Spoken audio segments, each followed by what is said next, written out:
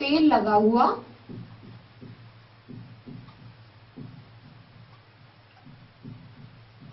कागज का पन्ना।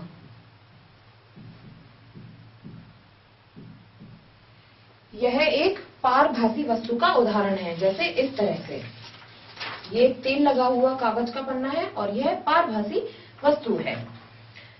इसका अब हम एक क्रियाकलाप कर सकते हैं कि एक गत्ते पर बाहर की तरफ से देखना, तो वह हो गया पारदर्शी। अपारदर्शी कि उससे कुछ नहीं दिखाई देगा। एक पॉलिथीन की थैली से बाहर की तरफ देखना, वो हो गया पारदर्शी कि उससे स्पष्ट रूप से दिखाई देगा। और एक तेल लगे हुए कागज के पन्ने से बाहर देखना, वो हो गया पारभासी कि उससे कुछ दिखाई देगा। अब एक क्वेश्चन आता है, एक आखिरी शब्द, एक प्रश्न जो है वह आता है कि वस्तुएं जल में तैर सकती हैं अथवा नहीं, यह प्रश्न है। तो इसका हम एक क्रियाकलाप के द्वारा अध्ययन कर सकते हैं कि वस्तुएं जल में तैर सकती हैं या नहीं। जैसे कुछ वस्तुएं लेते हैं, यह आपने देखा होगा एक कांच का प्याला है जिसमें से आप देख सकते हैं पारदर्शी वस्तुओं को। इसमें हमने कुछ वस्तुएं ली हैं, जैसे कि आप देख सकते हैं कुछ वस्तुओं में ये कुछ सिक्के पड़े हुए हैं, अथवा एक लकड़ी का जो है गुटका हम पानी में डालते हैं। इस लकड़ी के गुटके को, एक लकड़ी का गुटका अगर हम पानी में डालोगे तो आप देखोगे कि अगर ज्यादा पानी है तो ऊपर ही तैरता रहता है।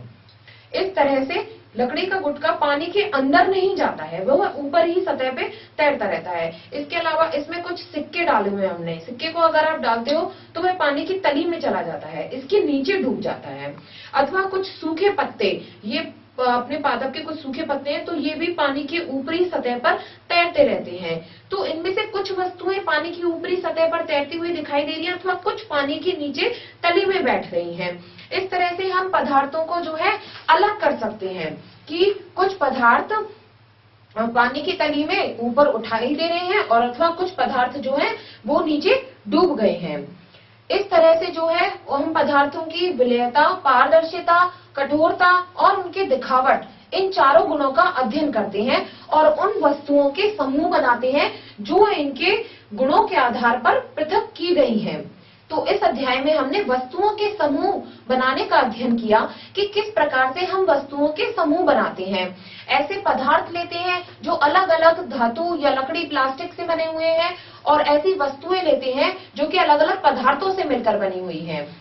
तो उस तरह से हमने सारणी बनाकर अध्ययन किया दोनों पदार्थ और वस्तुओं का। उसके बाद में हमने पदार्थों के गुणों का अध्ययन किया कि पदार्थ में ऐसे कौन कौन से गुण पाए जाते हैं जो उनको मुख्य विशेष गुण प्रदान करते हैं और उनकी विशेषता है। तो उसके आधार पर इनके 4 मुख्य गुण हैं, उसकी दिखावट, उसकी कठोरता, उसकी पारदर्शिता और उसकी विलयता। कठोरता का हमने अध्ययन किया तो हमने भिन्न भिन्न पदार्थों पर अध्ययन किया कि कुछ पदार्थ कोमल होते हैं अथवा कुछ पदार्थ कठोर होते हैं। कोमल पदार्थों को आसानी से दबाया जा सकता है, जबकि कठोर पदार्थों को आसानी से नहीं दबाया जा सकता। दिखावट में हमने अध्ययन किया कि कुछ वस्तुएं अलग तरह से दिखाई देती हैं और कुछ वस्तुएं जैसे धातु की बनी हुई वस्तुओं में चमक पाई जाती है, उन्हें द्युति युक्त धातु कहते हैं, तथा जिनमें चमक नहीं पाई जाती है उन्हें द्युतिहीन धातु कहा जाता है। उसके बाद में हमने विलयता का अध्ययन किया कि जो पदार्थ है उनमें विलयता का गुण होता है। जैसे जल में हमने नमक और नींबू का रस और चीनी, इन पदार्थों को घोला तो वे विलय हो गए, इसका मतलब ये विलय पदार्थ है। और अगर हम सरसों का तेल डालें तो वह अविलय रहेगा, इसका मतलब वो अविलय पदार्थ है। तो हमने भिन्न भिन्न जो है विलयता के आधार पर पाया कि 2 प्रकार के पदार्थ होते हैं, विलय पदार्थ और अविलय पदार्थ। तीसरा जो गुण है वह है पारदर्शिता। पारदर्शिता के आधार पर हमने पदार्थ पाए कि 3 प्रकार के होते हैं, पारदर्शी, अपारदर्शी और पारभासी पदार्थ, और इनके तीनों का मुख्य उदाहरणों का अध्ययन किया।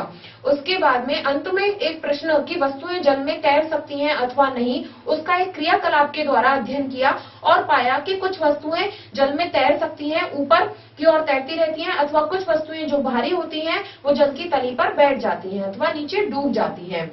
इस तरह से जो है हमने भिन्न प्रकार के वस्तुओं और उनके समूह का अध्ययन किया।